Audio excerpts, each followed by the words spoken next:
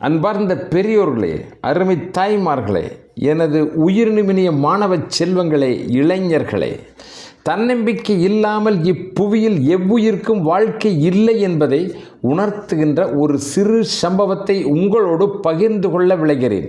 இது கற்பனை அல்ல, நடந்த உண்மை. 1989 ஆகஸ்ட் கோடைகாலம், அமெரிக்க நாட்டின் நியூயார்க் நகரம்.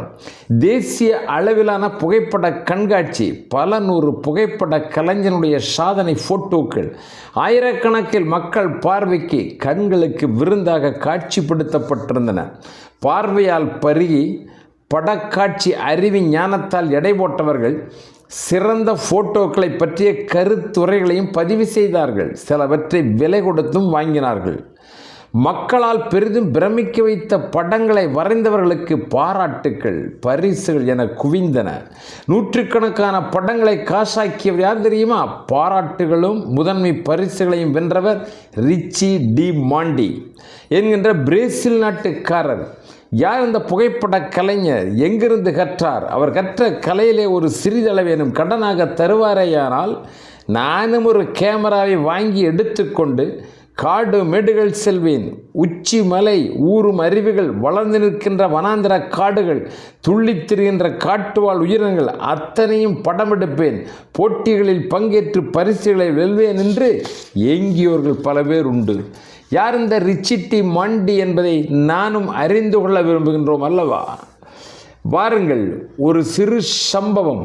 சுட்டு விரலால் தட்டிவிடப்பட்ட தன்னம்பிக்கை என்கின்ற பிஸ்டல் லிவர் ஒரு மனிதனை எவ்வாறு மாற்றியுள்ளது என்பதை காண்போம். பிரேசில் நாட்டு இளைஞன், 12ஆம் வகுப்பு பட்டம் முடித்தவன். குடும்ப பாரத்தை தானும் சுமக்க வேண்டும் என எண்ணியதால் சிறு வியாபாரத்திலே கால் பதித்தான். போட்ட காசும் மறைந்து போனது, பட்ட கடனும் வளர்ந்து கொண்டே இருந்தது. எதிர்காலம் குறித்த எண்ணற்ற குழப்பச் சூழ்நிலையில் தனக்கு எதுவும் முடியாது, வருமானம் வருகிற தொழிலை செய்ய முடியாது, வாழ்க்கையை இத்தோடு முடித்து கொள்ளுவதே தான் பெற்றோருக்கு செய்கின்ற பெரிய கைமாறு என்று அவன் கருதினான். தற்கொலைக்கு முடிவெடுத்தவன் நயாகரா நீர்வீழ்ச்சிதான் தனக்கு நல்லது என்று கருதினான் போலும். வந்தாயிற்று. நீர்வீழ்ச்சியின் உச்சியை நோக்கி நடந்தான். ஒருபுறம் மனதிற்குள் பெற்றோரின் நினைவு, என்னை மன்னித்து விடுங்கள் என் அருமை பெற்றோர்களே என்று வேண்டுதல் ஒரு பக்கம். மறுபுறம் இயேசுவே என் பெற்றோர்களை காப்பாற்றும், அவர்களுக்கு சுமையாக நான் இருக்க விரும்பவில்லை. கடைசி கற்பாறை, அதுதான் விளிம்பு. இறைவனை மீண்டும் ஒருமுறை மனதிற்குள் வணங்குகிறான். அடுத்த நொடி கீழே குதிக்க வேண்டியதுதான். எக்ஸ்கியூஸ் மீ, ஒரு சின்ன உதவி செய்ய முடியுமா என்று பின்னாலிருந்து ஒரு சிறு குரல். ஒரு பாட்டி புன்னையை ததும்பிய முகத்துடன் நின்று கொண்டிருந்தார். நாங்கள் குடும்பத்தோடு நயாகரா வந்திருக்கின்றோம். குரூப் ஃபோட்டோ எடுத்துக்கொள்ள விரும்புகின்றோம். இதோ எங்கள் கேமரா, தயவு செய்து கிளிக் செய்து தர முடியுமா ப்ளீஸ்?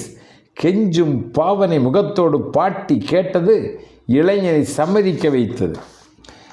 தற்கொலையில் சாவதென்று முடிவெடுத்து வந்துவிட்டோம், ஒரு உதவியை செய்துவிட்டுத்தான் சாவோமே என்று அந்த சிறு உதவியை வழங்க கை நீட்டினான். கை நீட்டி அந்த செயல்தான் அவனுடைய வாழ்க்கையை மாற்றி அமைத்தது. வானத்தின் எல்லைக்கே உயர்த்தியது அந்த செயல்தான். குடும்பமே வந்து வரிசையாக நின்றார்கள். உயரம், வயது, உடல் எடை என்று தனக்கு தெரிந்த வகையில் அட்ஜஸ்ட் செய்து அவர்களை எல்லாம் தெளிவாக நிறுத்தினான். மொத்தம் 12 பேர்கள் நின்று கொண்டிருந்தார்கள். பல முறை பல கோணங்களிலே கிளிக் செய்தான். படம் எடுத்து முடிந்ததும் தேங்க்ஸ் என்று சொல்லி ஒரு $2 நோட்டை வலுக்கட்டாயமாக கையிலே திணித்து விட்டு சென்றார் அந்த மூதாட்டியர். பிரமித்து நின்றான் அந்த இளைஞன். சில வினாடிகள் கடந்தன. பழைய கஷ்ட சம்பவங்களை எல்லாம் அவருடைய மனது அசைவோட்டது. அந்த இளைஞன் இனி சாக தயாராக இல்லை. ஏன்? சில நிமிடங்களில் $2 கிடைத்திருக்கிறது என்பதற்காக அல்ல, ஒரு வழி கிடைத்திருக்கிறது, வாழ்வதற்கு ஒரு பாதை கிடைத்திருக்கிறது, வாழ முடியும் என்ற தன்னம்பிக்கை அவன் மனதிலே உதித்திருக்கிறது. மறுநாள் அந்த இளைஞன் வயதிலே இளைஞனாக, வனப்பிலே அழகனாக, அற்புதமாக தன்னை அலங்கரித்து கொண்டு ட்ரிம்மாக கோட்டு ஷூட் உடையணிந்து அதே நயாகரா நீர்வீழ்ச்சியின் உச்சியிலே வந்து நின்று கொண்டிருந்தான்.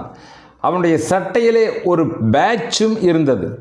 உங்களுக்கு சேவை செய்ய இதோ நான் இருக்கிறேன், குடும்பத்தோடு நில்லுங்கள், உங்கள் கேமராவை கிளிக் செய்து தருகிறேன், ஒரு கிளிக்கு 25 சென்ட் கொடுத்தால் போதும், பி ஹாப்பி, ஐ ஆம் ஆல்சோ ஹாப்பி. அதுவே அவன் பேட்சில் காணப்பட்ட தடித்த எழுத்துக்களுடைய வாசகம். வருமானம் துவங்கியது. ஓராண்டிற்குள்ளாக ஒரு புதிய கேமராவை வாங்கினான். அடுத்த ஆண்டு புகைப்பட ஸ்டுடியோ, பிரிண்டர் என வியாபாரம் பெருகியது. புகைப்பட கலையினுடைய நுணுக்கங்களெல்லாம் கைவரப்பட்டன. அவன்தான் Richie de Mandi. Richie de Mandi ஓரிரு நிமிடங்கள் மாறியிருந்தால் அவனுடைய தற்கொலை தன்னை அழித்திருப்பான். சுண்டு விரலால் ஒரு கேமராவை கிளிக் செய்து தர வந்த வேண்டுதல் வாழ்வையே தலைகளாக மாற்றி அவனை புகழின் உச்சத்திற்கு அழைத்து சென்று விட்டது. தற்கொலை எதற்குமே தீர்வு இல்லை. ஒரு குடும்பத்திற்கு இது ஒரு அவமானமான செயல், தன்னை பெற்றோரை கேவலப்படுத்துகிற செயல், மேலும் மேலும் துன்பங்களை கொடுக்கிற முட்டாள்தனமான முடிவு. கல்வியிலே தோல்வியோ நீட் தேர்வில் இயலாமையோ ஒரு பொருட்டே இல்லை. பல நூறு வாய்ப்புகள் வானளவில் பறந்து விரிந்து கிடக்கிறது. மாணவ செல்வங்களே, தற்கொலை என்பது ஒரு நொடிப்பொழுதிலே ஏற்படுகிற மனநிலை. எள்ளளவு மறுபரிசீலனை இல்லாமல் வேகமாக செயல்படுவது, அவ்வளவுதான். அந்த தருணத்தை கடந்து விட்டால் தற்கொலை எண்ணமே காற்றில் மறைந்துவிடும். தற்கொலை செய்து கொள்ள இருந்தோமே, எவ்வளவு பெரிய முட்டாள்தனமானது என்றும் நீங்கள் நினைக்க தோண்டும். உன் உழைப்பின் மீது தன்னம்பிக்கை துளிர்த்தால் எண்ணிய வாங்கு எய்துவர்.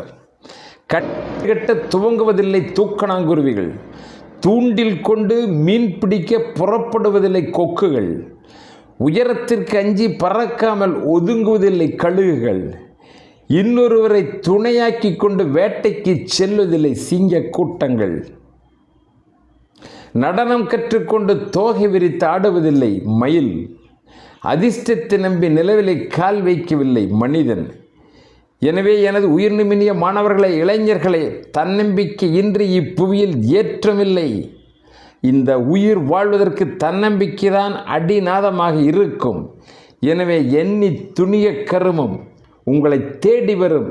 வெற்றி நிச்சயம். நன்றி, வணக்கம்.